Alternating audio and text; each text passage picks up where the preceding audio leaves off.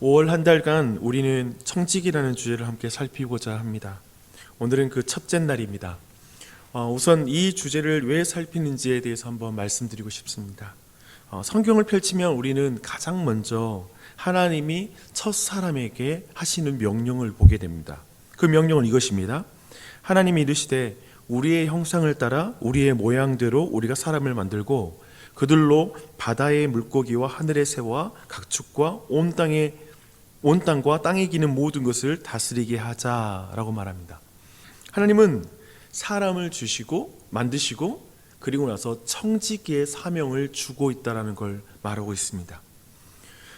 특별히 자신이 모든 지으신 것을 사람들에게 돌리죠. 청지기의 우리말 사전을 보니까요, 남의 것을 맡아 지키고 관리하는 사람이라고 이렇게 말하고 있습니다.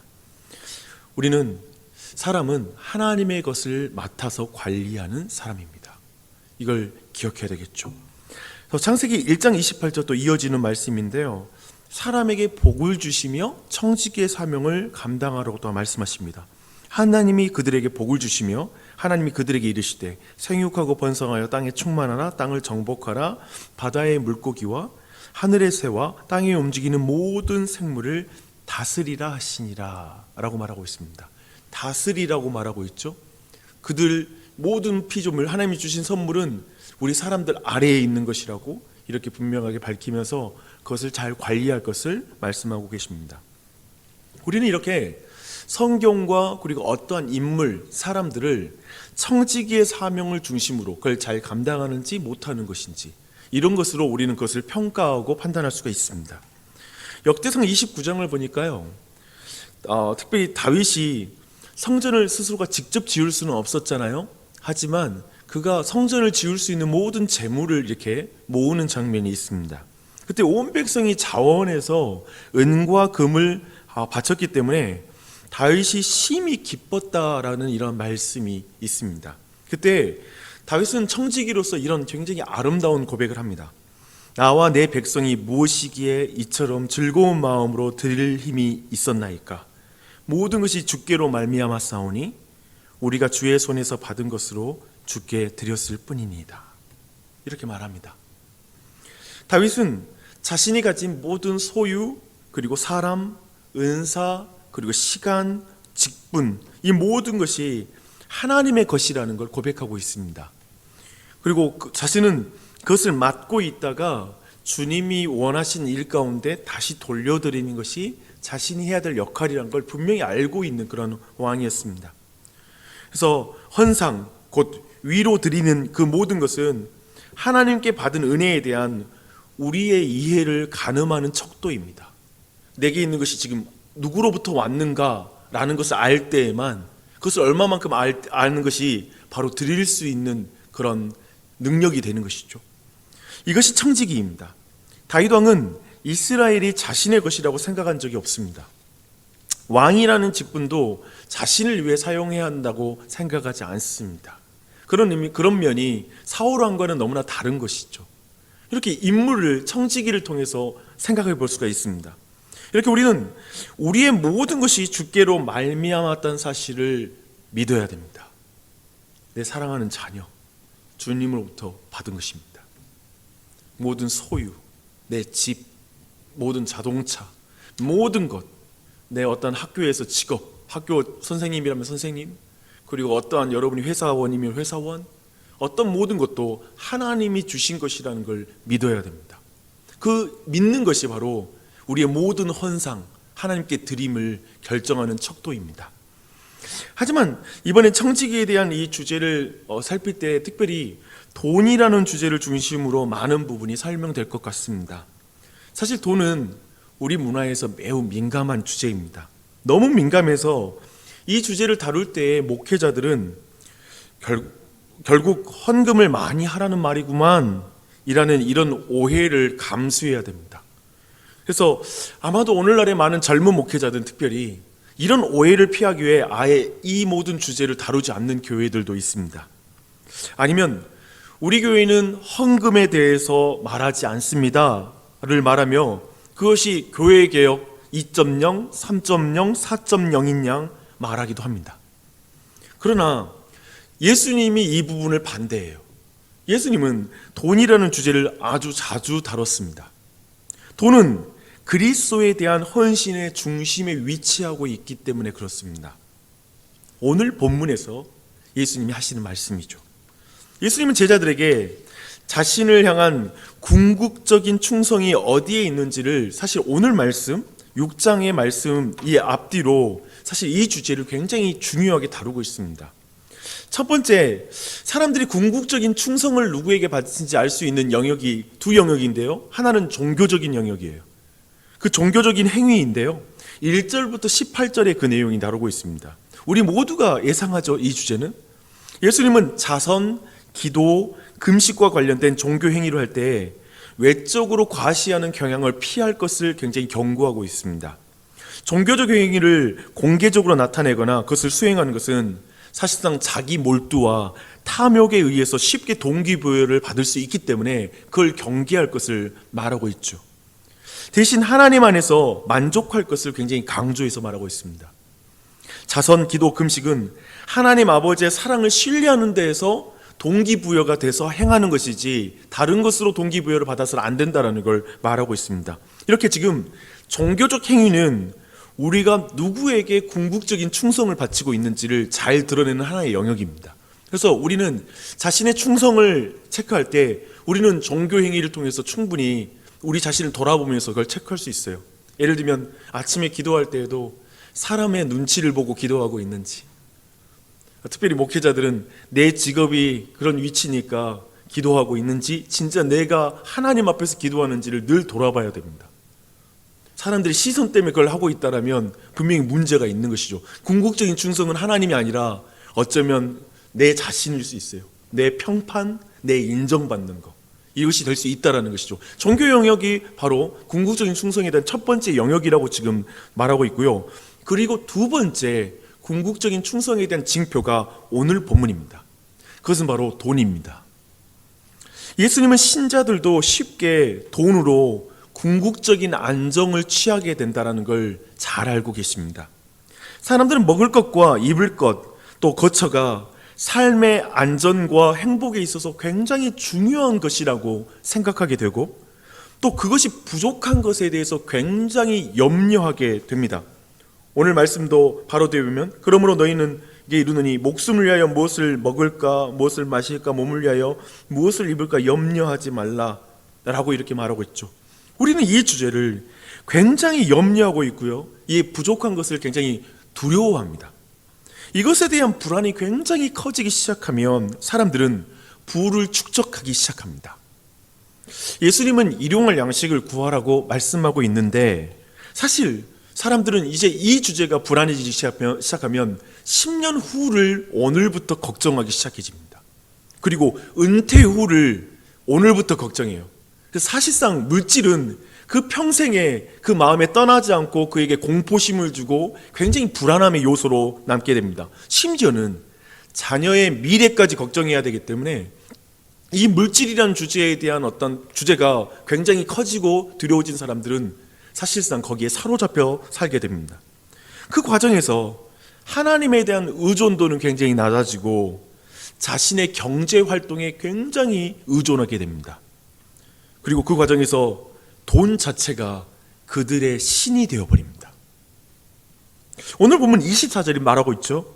한 사람이 두 주인을 섬기지 못할 것이니 혹 이를 미워하고 저를 사랑하거나 혹 이를 중히 여기고 저를 경히 여김이라. 너희가 하나님과 재물을 겸하여 섬기지 못하리라 라고 이렇게 지금 말씀하고 있습니다.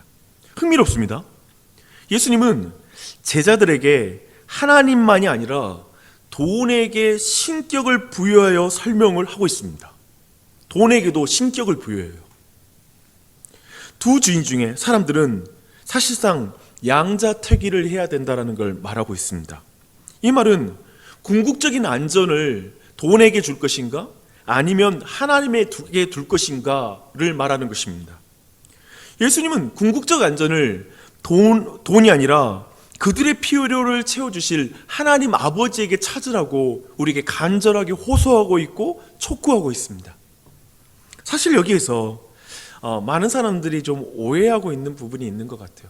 사실 이 주제, 오늘 이 말씀을 딱 대할 때 어떤 사람들이 이렇게 말하기도 하죠. 그렇다면 생계를 위해서 그러면 돈 벌지 말라는 말입니까? 꼭 이렇게 양자택일을 해야 되는 식으로 접근하는 게 정말 맞는 말일까요? 이런 식으로 오해를 해요. 그리고 가만히 그러면 손 놓고 앉아 있으면 하나님이 그러면 먹을 걸 갖다 준대요? 라는 식으로 오해합니다. 근데 그렇게 묻고 있는 사람들은 지금 예수님이 말씀하시는 그 가르침의 핵심을 굉장히 놓쳐버리는 것입니다. 예수님은 도리어 사람들이 재물이 가진 강력한 힘을 간과하고 있다는 것을 염려하십니다. 그것이 얼마나, 이 돈이라는 것, 이 물질이라는 것이 얼마나 강력한 힘을 가지고 있는지를 사실 이 본문 자체가 경고하고 있다는 걸 주목하셔야 돼요. 재물은 그리스도인의 신앙 고백과 반대되는 행동을 하게 하고 반대되는 믿음을 갖게끔 유혹하는 힘을 가지고 있습니다.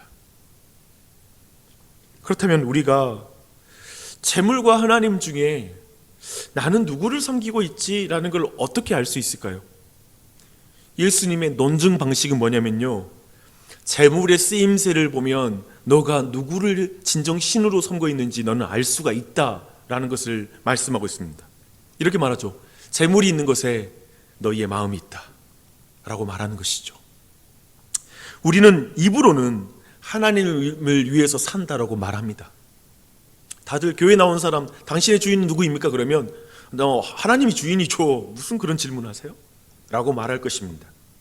그러나 우리의 돈의 쓰임새를 보면 우리가 진정 무엇을 위해서 살고 있는지를 알 수 있다는 게 예수님의 가르침입니다.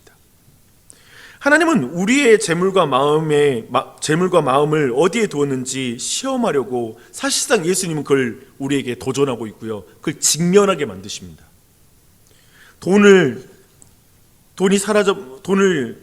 이 땅의 즐거움을 위해서 사용하는지 아니면 영원히 지속되는 하나님의 나라를 위해서 사용되는지를 우리에게 보라고 말씀하고 있습니다. 어쩌면 우리 모두는 오늘 묵상집의 적용이 그거거든요. 여러분의 재정 지출에 대한 신용카드 내역서, 그런 모든 내역서를 한번 쳐다보라고, 한번 쭉 살펴보라고, 어디에 내 마음이 있는지 한번 확인해 보라고, 이렇게 적용이 되는데 한번 해보십시오. 적용해 봤으면 좋겠어요. 19절로 21절 말씀을 마지막으로 다시 한번 들어보십시오. 너희를 위하여 보물을 땅에 쌓아두지 말라. 거기는 점과 동록이 해하며 도둑이 구멍을 뚫고 도둑질하느니라. 오직 너희를 위하여 보물을 하늘에 쌓아두라. 거기는 점이나 동록이 해하지 못하며 도둑이 구멍을 뚫지도 못하고 도둑질도 못하느니라. 내 보물이 있는 그곳에는 내 마음도 있느니라. 앞으로 20일 동안 우리는 이 세상의 보물에 대한 우리의 애착과 관련된 성경의 광범위한 가르침을 함께 살펴보게 될 것입니다. 성도의 헌상, 곧 위로 드리는 것, 그것이 왜 영적인 모험인지에 대해서도 함께 살펴볼 것입니다. 최근에 저는 서핑에 대해서 자주 생각을 해요. 이 이미지를, 신자의 삶에 대해서 서핑과 같다라는 그런 이미지를 자주 생각하고 있습니다. 저는 되게 TV에서 진짜 보면 집채만한 그런 파도를 타는 서핑 선수 보면 너무 놀랍잖아요. 우리가 살고 있는 이 세상은 어쩌면 물질주의라는 거센 파도가 치는 세상이죠. 사실상 물질주의라는 것은 모든 사람을 집어삼킨 것 같아요. 정말 영끌이라는 표현, 모든 게 그 물질주의 안에 사람들이 삼켜진 모습을 말하는 표현이겠죠. 그런 세상에서 하나님 나라를 사는 삶이란 그 집채만한 물질주의라는 이 세상 위를 타고 서핑을 하는 듯한 삶, 그런 삶인 것 같습니다. 분명 그 길은 누군가에게는 죽을 것 같은 공포심을 느끼게 하는 그런 도전이 될 것이고요. 또한 누군가인 것을 타고 살아가는 삶, 엄청난 모험의 삶이라는 것을 우리는 알 수 있을 것입니다. 저는 이 영역에서 서핑을 파도 위에서 배울 때 자주 넘어지고, 그리고 거기에서 어쩌면 자주 좌절을 경험할 수밖에 없다라는 것이 전제되는 말인 것 같습니다. 저는 이 자본주의 시대에 예수 그리스도의 삶을 따르는 삶, 그리고 우리의 물질까지도 하나님의 뜻 가운데 순응하는 삶을 살아가는 건 한 번에 되는 일이라고 생각하지 않습니다. 우리는 그것을 연습해야 될 것이고요. 끊임없이 연습하는 과정 속에 어느 순간 그 물질주의 위를 타고 그 모든 물질을 주님을 위해서 사용하는 그런 서핑, 그 모험의 삶을 우리가 점점 익숙해지고 살아갈 수 있을 것이라고 생각합니다. 그 삶은 무엇보다도 우리가 하나님의 영광을 위해 살고 다른 사람들을 돌보도록 동기를 부여하는 소망의 복음에 흠뻑 젖는 것으로 시작될 것이고요. 그 복음으로 말미암아 동기부여되어서 끊임없이 지속될 수 있는 삶이 될 것입니다. 그래서 사실상 우리의 이번에 모든 시간 속에서 여러분은 돈을 통해 이 주제 안에서 은혜가 무엇인지를 더 깨닫는 것, 오직 은혜를 통해서만 우리가 어떻게 살 수 있는지에 대한 것을 배우는 시간이 될 것 같아요. 복음에 흠뻑 젖는 시간이죠. 돈벼락을 맞는 그런 세상, 그런 말씀은 아닐 것 같고요. 도리어 은혜에 흠뻑 젖는 그런 말씀의 은혜가 우리 모두에게 넘치기를 축원합니다. 그렇게 나아가는 기간이 되었으면 좋겠습니다. 기도하겠습니다.